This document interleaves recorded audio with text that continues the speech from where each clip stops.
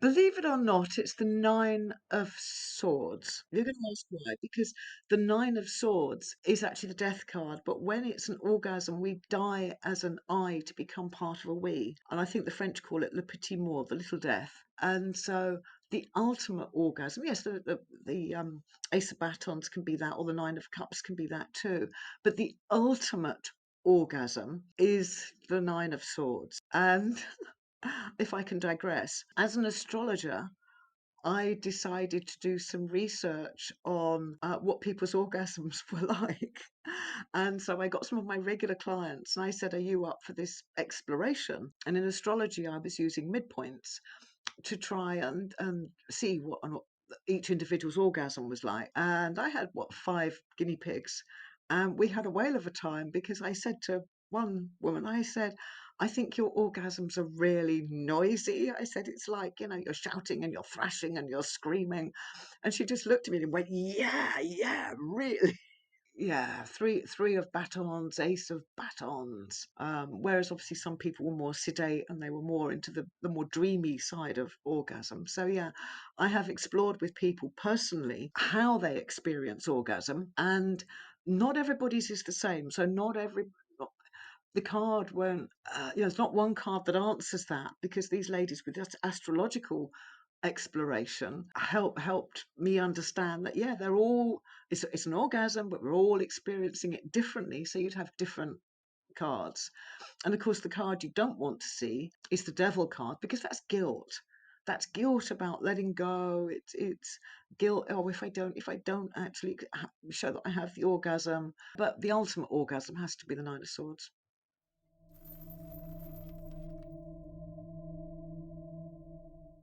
Masturbation, again, it depends very much on where somebody is at with that. So again, the devil comes in. There's a lot of guilt associated with it. A lot of guilt. There's also the Four of Swords is one, because that's the bedroom.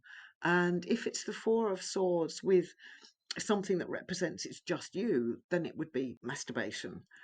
Again, there's no particular one card, but I did see it for one young man where it was the devil, because it was the guilt, and that's also habit. And I think it was a combination, something, if I remember, it was like the Page of Swords and the Ace of Batons, but there was nobody else sharing this with him in this Four of Swords, this retreat. And it was his guilty pleasure, and he was enjoying masturbation much more than he was enjoying having sex with anybody else. And he didn't know how to cross that line and go and enjoy sex with somebody else after that.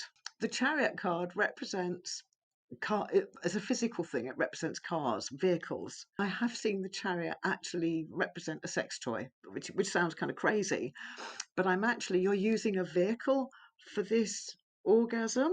Well, lady was like, yeah, I've got my rabbit. Yeah.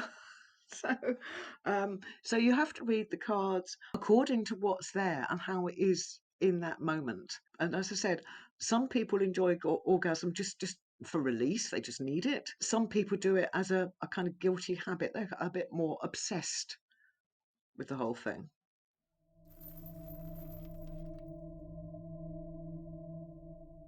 Oral sex tends to actually be shown with the world card, because the world, if you remember the shape, it's the middle of the set of the Vesica Pisces in the middle. That is the vagina. If that is shown in a sexual relationship, it's, putting it bluntly, you're very much like pussy. There you are. You're right down there with it. You're enjoying exploring it, licking it, and so on. Anal sex, again, tends to come up more with the Page of Swords, because it's a derivation from what we would call normal. Yeah, doesn't mean there's anything wrong with it, but the tarot are very much talking about how society perceives things. So your anal sex tends to be the Page of Swords.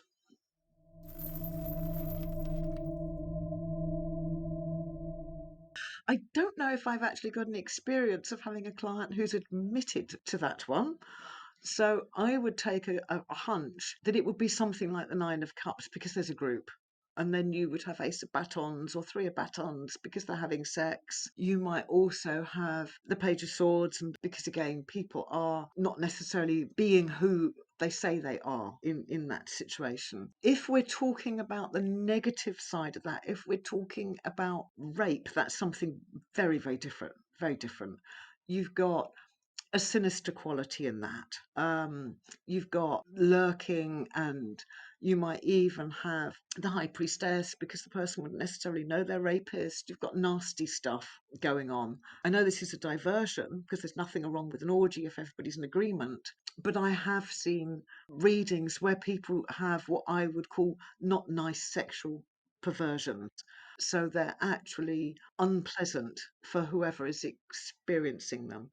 And I'm not talking about a bit of friendly BDSM that people both want to go in for and they're in agreement, but I am talking about, maybe mental cruelty attached with sexual acts and things like that. So if we're talking about an orgy, we're going to look at the positive side where everybody's gone along in total agreement. They're all happy with it. So they're having some wine, hence the Nine of Cups. The let's all be friends, have food and drink together, having their sex and enjoying themselves.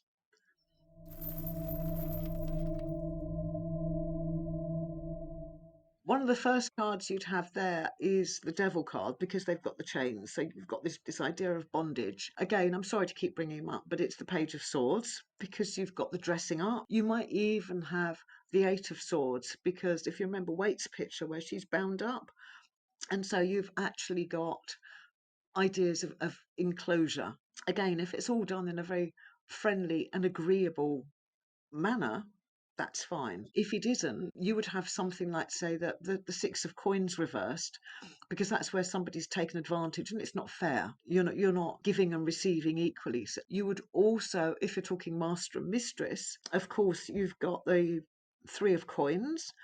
Up the right way, that's master, and up the other way, that is where you're the one who's being obedient. You've also got the Page of Cups, which is the faithful, loyal devotee, and upside down, it's the kind of not wanting to be that person, so maybe not so happy with the situation. If you're talking somebody who's very much wanting to be dominant, if you're talking a man, and I'm talking just a straight man here, Rob, it would be the King of Swords.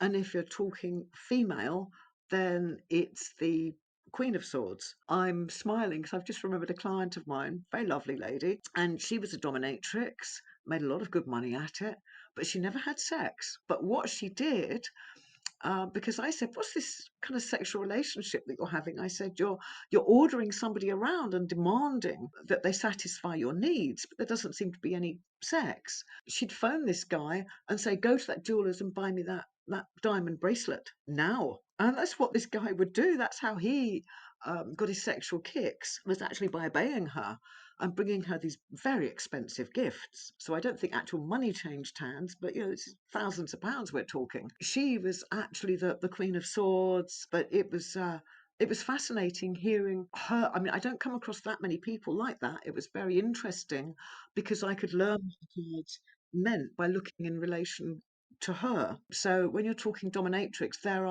I learnt from her, many different levels, and there doesn't have to actually be intercourse or anything to do with the genitals involved of that at all. But the person that she was being the dominatrix for, he liked this idea of having been told what to, and he had to do it now. So he had the excitement of having to get out of his important job and having to sneak off, and all that stuff is how he was aroused by the whole situation.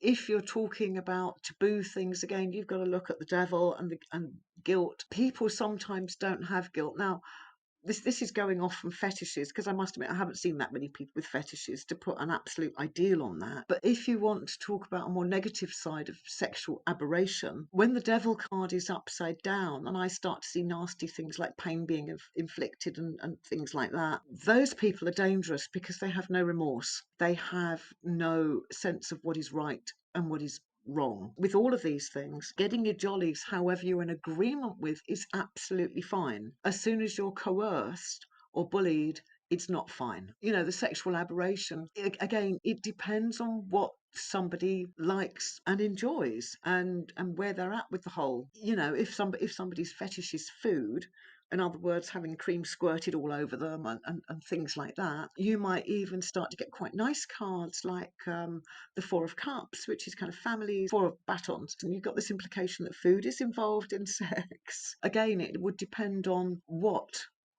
that particular fetish is as to where somebody's at. What cards would specifically show it. I only know that in the moment, with what I see in the cards, just pictures come into my head and I say what I see, because those cards will evoke that for me.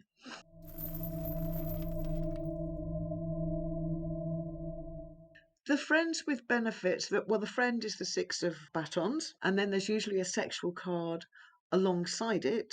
So it's basically I'm having sex with my friend. It's really quite simple. Whether that gets more complicated, because the cards are always very honest, and they will show me whether both parties are happy with that, or if one party really wants more than that. I might see a kind of yearning, or a desire in them. But friends, Six of Batons, and you've got your sex, and everybody's happy.